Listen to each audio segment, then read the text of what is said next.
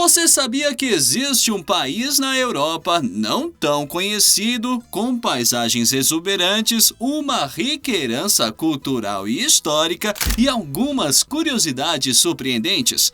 Pois é, estamos falando da Geórgia. E não é o estado norte-americano, é o país europeu localizado entre Rússia, Turquia, Armênia e Azerbaijão. Ao mencionar a Europa, muitos pensam automaticamente em destinos como França, Itália, Portugal, Espanha e Inglaterra. Mas a verdade é que o continente abriga 50 países, cada um com suas próprias peculiaridades. E a Geórgia certamente se destaca. Você sabia que esse país considera o ditador Stalin como motivo de orgulho? Já ouviu falar que essa nação é o berço da criação do vinho? E se eu te contasse que aqui você encontra o povo mais isolado do mundo e uma caverna amaldiçoada considerada o Everest debaixo da terra? Quer saber mais? Então vamos juntos! Mas antes, se ainda não é inscrito no canal, não esqueça de se inscrever e ativar as notificações. Assim você não perde nenhum dos nossos incríveis vídeos que exploram o inexplorado. Antes de começarmos a falar sobre o país, precisamos esclarecer uma confusão que acontece bastante. É muito comum as pessoas ficarem confusas entre as Geórgias. Provavelmente você já ouviu falar das duas e ficou se perguntando de qual delas estamos falando. Ou talvez você nem soubesse que existem duas Geórgias no mundo. A primeira, a Geórgia norte-americana, é um estado dos Estados Unidos, localizado no sudeste do país. A segunda, que é o foco deste vídeo, é a Geórgia europeia. Este é um país no extremo leste da Europa, uma ex-república da União Soviética. Historicamente, a Geórgia passou por uma série de eventos que moldaram sua trajetória. Durante muitos anos, fez parte do Império Russo, enfrentando influências culturais e políticas, mas sem perder sua identidade única. Depois de um breve período de independência no início do século XX, a Geórgia foi anexada pela União Soviética em 1921. No contexto soviético, a Geórgia vivenciou momentos de repressão e controle, com destaque para a figura de Joseph Stalin, que nasceu na região e mais tarde se tornou um líder poderoso da União Soviética. Joseph Stalin, originalmente Iosif Vissarionovich Djugashvili, nasceu em Gori, uma cidade na parte central da Geórgia, em 1878. Sua ascensão no Partido Comunista foi rápida, levando-o a se tornar líder soviético após a morte de Vladimir Lenin em 1924. Apesar de sua origem georgiana, Stalin não favoreceu sua terra natal durante seu governo e chegou até a mudar seu nome. Stalin, inicialmente conhecido como Koba, um nome georgiano, adotou mais tarde o nome russo Stalin, que significa Homem de Ferro. Durante seu regime, a Geórgia enfrentou um controle mais rigoroso do governo central soviético. Políticas foram implementadas para consolidar o controle do Partido Comunista, suprindo qualquer forma de dissidência. A língua georgiana foi reprimida em favor do russo e várias figuras importantes da Geórgia foram perseguidas.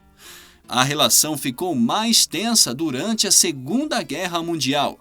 Suspeitando de simpatias pró-alemãs na Geórgia, Stalin ordenou deportações em massa, incluindo georgianos, para outras partes da União Soviética. Embora seja visto com ressalvas por outras ex-repúblicas soviéticas, neste país ele é lembrado e até ovacionado.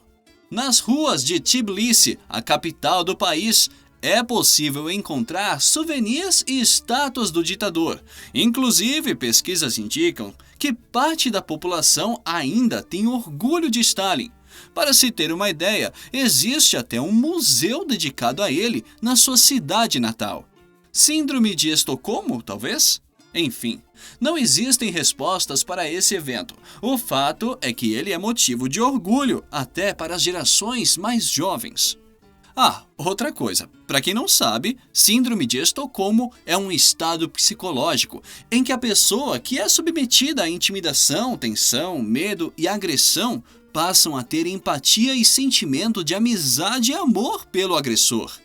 Mas, voltando para nossa história, com o colapso da União Soviética em 1991, a Geórgia enfrentou um período de transição tumultuado, marcado por conflitos internos e instabilidade política.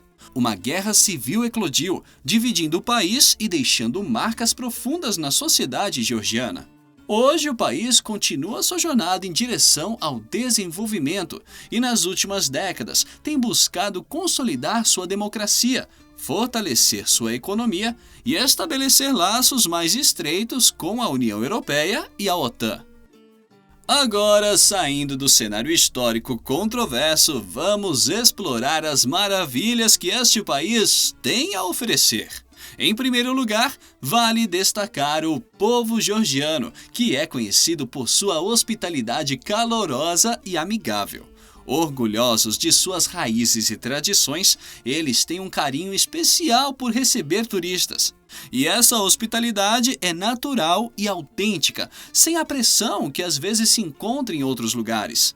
Os georgianos consideram os hóspedes como uma dádiva de Deus, especialmente em uma comunidade profundamente religiosa. Isso se reflete no tratamento gentil que oferecem aos visitantes. Não é incomum receber uma fruta do taxista ao final de uma viagem ou ser convidado para uma taça de vinho local pelos funcionários do hotel. A maioria da população segue o cristianismo ortodoxo, mas também há comunidades muçulmanas, católicas e protestantes no país. Falando em fé, a própria história do nome do país está ligada ao cristianismo. O termo Geórgia deriva do nome do padroeiro do país, São Jorge. E tem mais um detalhe fascinante sobre a Geórgia: o idioma. Uma mistura única de influências do grego e persa, sendo uma das mais antigas do mundo. O georgiano, idioma oficial do país, possui um alfabeto com 33 letras. Mas aqui vai uma curiosidade interessante. Ao contrário de muitas línguas, o georgiano não utiliza gênero e tampouco faz uso de letras maiúsculas. Sem dúvida, a culinária georgiana é motivo de muito orgulho para esse povo hospitaleiro. Com raízes profundas na vida rural, a variedade de pratos é impressionante. Um dos pratos mais famosos é o khachapuri, uma espécie de massa parecida com pizza recheada com queijo, disponível em diversas versões e sabores. Outra delícia que não pode passar despercebida é o khinkali, uma espécie de bolinho de massa recheado com carne moída, queijo, batatas e cogumelos. E é claro, não podemos esquecer do vinho. Acredita-se que a Geórgia seja o berço do vinho, com uma tradição vitivinícola que remonta a mais de 8.000 anos. A peculiaridade dessa tradição é que ela teria começado acidentalmente. Os moradores, antigamente, armazenavam suco de uva em recipientes de barro e os enterravam no subsolo durante os meses de frio. E foi assim que descobriram como fazer vinho. Como já falamos, a Geórgia é um país novo e as chances dela ser mais nova do que você é grande. Mas o que falta de idade sobra em beleza. Ao norte do país, por exemplo, está a Cordilheira do Cáucaso, com altas montanhas cobertas de neve quase que o ano inteiro. Aliás, o país possui florestas e cadeias montanhosas exuberantes, além de possuir construções consideradas patrimônio da humanidade pela Unesco. E já que falamos de montanha, precisamos falar de Tushit. A região de Tushit, uma das mais altas e remotas, é considerada a última fronteira inexplorada da Europa. O acesso a essa área isolada se dá pelo Abano Pass, uma estrada desafiadora que ganhou o apelido de Estrada da Morte. No entanto, para os aventureiros que enfrentam as curvas sinuosas, abismos e desfiladeiros, Tuxet revela uma beleza e uma cultura únicas, preservadas no mundo além das montanhas. A região, proclamada Área de Preservação Ambiental, é marcada por vilas empoleiradas nas montanhas, algumas acessíveis apenas a cavalo ou a pé. Pochorna, por exemplo, é a vila habitada mais alta da Europa, localizada a 2.345 metros acima do mar e se destaca por sua história e isolamento. E aqui surge outra curiosidade. A região é atravessada por diversos rios, mas todos são chamados de Alazane. E o motivo? A bela e velha estratégia. A prática de dar o mesmo nome a todos os rios na região era uma estratégia histórica para confundir inimigos, adicionando uma camada de mistério à geografia local. Quanto ao povo Tuxi, que habita a região, eles são nômades e pastores, mantendo um dialeto próprio chamado Bat, derivado da língua georgiana. E tem mais um detalhe curioso sobre esse povo. Caso você resolva um dia aparecer por lá, tome um certo cuidado. Ao visitar a região, é importante ter em mente que os Tuxi, por conta de conflitos históricos e do isolamento, são inicialmente cautelosos com estranhos. Uma norma de etiqueta ao fazer passeios a cavalo na região, por exemplo, é descer do cavalo e entrar caminhando nas vilas, uma vez que os inimigos costumavam invadir os lugares montados. Devido à influência animista, que envolve a crença de que entidades não humanas, como animais, plantas ou fenômenos, possuem uma essência espiritual, os Tuxi acreditam na dualidade de todas as coisas. Essa dualidade abrange conceitos como feminino e masculino, puro e impuro, sagrado e profano, entre outros. Para os Tuxi, as terras altas de Tuxet são consideradas puras, enquanto as terras baixas de Kaket são vistas como impuras. Por essa razão, embora muitos deles apreciem carne de porco quando estão nas terras baixas, esse tipo de alimento não é permitido em Tuxet, pois o animal é considerado impuro. Incrível, não é mesmo? Já que falamos do assentamento mais alto, agora precisamos falar do contrário, uma caverna. E dito isso, lhes apresento a Caverna Veriovikina, uma das maravilhas subterrâneas, conhecida como o Everest das cavernas. Com 2.212 metros de profundidade, é a mais funda e perigosa do mundo, escondida na paisagem verde da Abcásia, região georgiana. Não é para menos que a caverna nunca foi explorada de uma só vez, tendo a expedição Rano-Krasnoyarsk em 1968 alcançando 114 metros iniciais, o equivalente ao Empire State Building, um enorme arranha-céu de 212 andares em Nova York, sendo que isso é apenas 5% de toda a profundidade dessa caverna.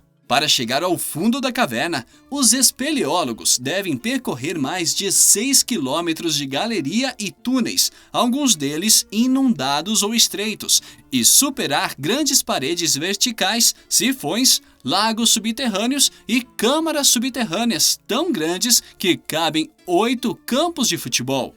Demorou um pouco, mas a expedição de 2018 finalmente alcançou o fundo absoluto da Caverna Veriovikina, onde há um poço que se estende até um lago subterrâneo apelidado de Lago Nemo, em referência ao protagonista do romance 20.000 Léguas Submarinas, com mais de 7 metros de profundidade. E adivinhe só, falando em romances, acredita-se que a Caverna Veriovikina é o ponto mais próximo do centro da Terra. Uma curiosidade interessante é que Jules Verne, em seu romance Viagem ao Centro da Terra, em 1864, sonhava em mergulhar no interior da Terra. Embora a caverna não nos leve a tais profundidades, ela nos permite chegar ao ponto conhecido por ser o mais próximo do centro do planeta. Apesar dessa descoberta natural essencial, a expedição também se mostrou uma das mais mortais já registradas na história, porque foi por pouco que os exploradores não voltaram. Em setembro de 2018, após os exploradores terem alcançado o fundo da caverna em março daquele ano, eles voltaram para fazer uma análise mais detalhada do ambiente de suas espécies e verificar algumas fendas que poderiam levar a passagens que não tinham sido inspecionadas. O grupo demorou 4 dias para alcançar o fundo da caverna novamente, e em uma manhã, enquanto tomavam café, Veriovikina começou a tremer como se um terremoto estivesse em curso e de repente tudo começou a se alagar. Os espeleólogos chamam o que aconteceu de pulso de inundação, quando a água da superfície, centenas de metros acima, escorre para dentro da caverna e a enche como um jarro. Isso significa que tudo se torna uma piscina em poucos minutos. A enchente durou 20 horas, enquanto eles se moviam em todas as direções para evitar que fossem encurralados em algum ponto ou acabassem afogados. Muito embora nenhum membro da expedição tenha morrido, um mês antes da descida, o grupo entrou em contato com o Ministério de Emergências de Abkhazia para notificar uma corda pendurada na entrada de Veriovikina. Descendo alguns metros no interior, os agentes descobriram o cadáver de um homem desaparecido há 9 meses, e isso se tornou uma espécie de mau agouro para os espeleólogos. Como se a caverna estivesse se preparando para fazer mais vítimas. O mais incrível é que esta região do sul do Cáucaso é considerada uma das áreas mais importantes do planeta, com mais de 400 cavernas conhecidas. Mas acredita-se que existam muitas outras ainda completamente inexploradas. Quem sabe no futuro próximo não seja encontrada uma caverna mais profunda que a Veriovikina e alguém realize o sonho de Jules Verne e chegue ao centro da Terra, não é mesmo? Mas e você? Já conhecia esse fantástico país? E depois de conhecer esses 2 lugares tão contrastantes dentro de um território, dá ou não dá para dizer que nesse país dá para ir do céu ao inferno? Conta pra gente sua opinião nos comentários. E não se esqueça, se gostou do vídeo, não deixe de se inscrever no canal, dar aquela curtida e compartilhar o conteúdo. Muito obrigado por assistir e até a próxima!